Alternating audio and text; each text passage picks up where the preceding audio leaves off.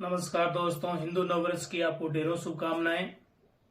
Kishan YouTube channel पर आपका स्वागत है और मैं पंडित किशन लाल उपाध्याय आज आपके लिए लेकर के आया हूं कि राशियों के बारे में कि क्यों हमारी राशियां हैं जिनमें शादी के योग नहीं बन रहे हैं।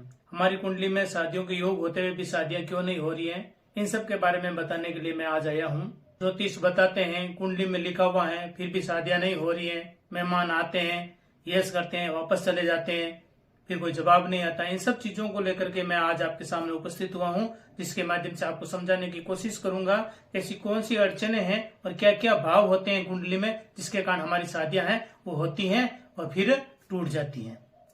वैदिक ज्योतिष के अनुसार कुंडली में 7वां भाव विवाह का योग बनाता है। कुंडली में विवाह योग होने का मतलब ये नहीं है कि आपकी शादी जल्दी हो जाएगी। विवाह योग के साथ साथ आपके कर्म भी महत्वपूर्ण भूमिका निभाते हैं। विवाह योग और जल्दी शादी के उपायों का उपयोग करके आप अपनी शादी की संभावनाओं को बढ़ा सकते हैं। गुरुदेव जो बताते जाते हैं उसका आप पालन करते जाएंगे तो आपकी शादी है वो जल्द हो जाएगी। कौन कौन से कुंडली में दोष हैं, कौन कौन से ग्रह नीच दृष्टि में बैठे हैं, कौन सी दृष्टि आपके सप्तम भाव पर पड़ रही है, ये सभी कारण हैं जो आपकी कुंडली में आपकी शादी में रुकावटें पैदा करते हैं। कुंडली में सप्तम भाव ज्योतिष शास्त्र में विवाह योग कई ग्रहों और भावों के संयोजन से बनाते हैं। कुंडली में सप्तम भाव विवाह का मुख्य भाव माना जाता है। इस भाव में शुभ ग्रहों की स्थिति विवाह के योग बनाती है। इसके अलावा शुक्र और गुरु ग्रहों की भी विवाह का कारक माना जाता है। इन ग्रहों की स्थिति और अन्य ग्रहों के साथ संबंध विवाह के योग में महत्वपूर्ण भूमिका निभाते हैं। तो आइए जानते हैं कि विवाह के प्रमुख कौन कौन से ऐसे भाव हैं जो विवाह के योग बनाते हैं।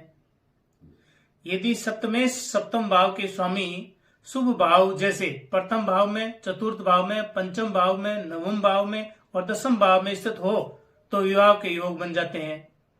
यदि शुक्र ग्रह और गुरु ग्रह का आपस में शुभ संबंध हो तो भी विवाह के योग बन जाते हैं।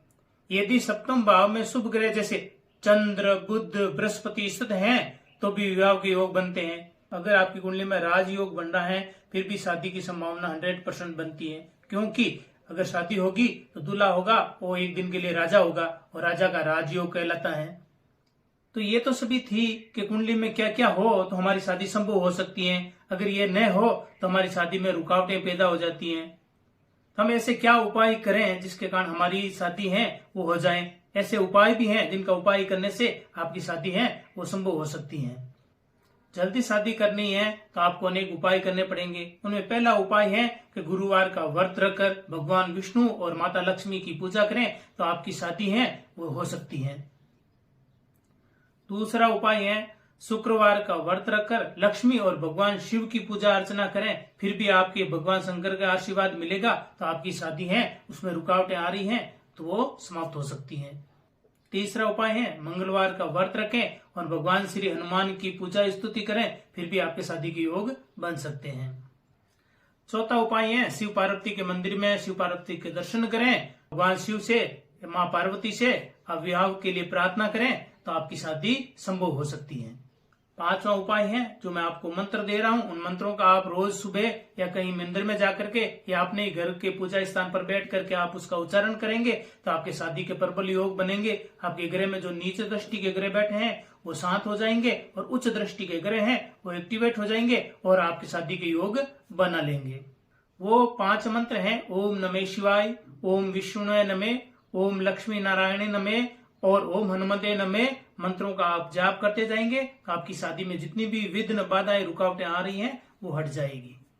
शादी के मुख्य देवता हैं वो गुरु माना गया है और गुरु को प्रबल करने के लिए आपको करना है कि पीले वस्त्र को पहनना है और पीले वस्त्र का ही दान करना है और पीले फल का ही दान करना है और हो सके तो हल्दी का तिलक लगाएं जिसके कारण आपके शुभ विवाह में देरी न हो। वैदिक शास्त्र में हल्दी का बहुत महत्व माना गया है। हमेशा हल्दी का आप तिलक लगाएं तो भी शुभ विवाह के योग बनते हैं और शुभ विवाह के योग में महत्वपूर्ण भूमिका निभाते हैं। तो उम्मीद करता हूँ ये मेरा वीडियो आपको पसंद आया होगा। अगर पसंद आया है तो लाइक कीजिए, कमेंट कीजिए और इस वीडियो को ज्यादा से ज्यादा शेयर कीजिए और सब्सक्राइब करना न भूले। जय श्री गुरुदेव नमः।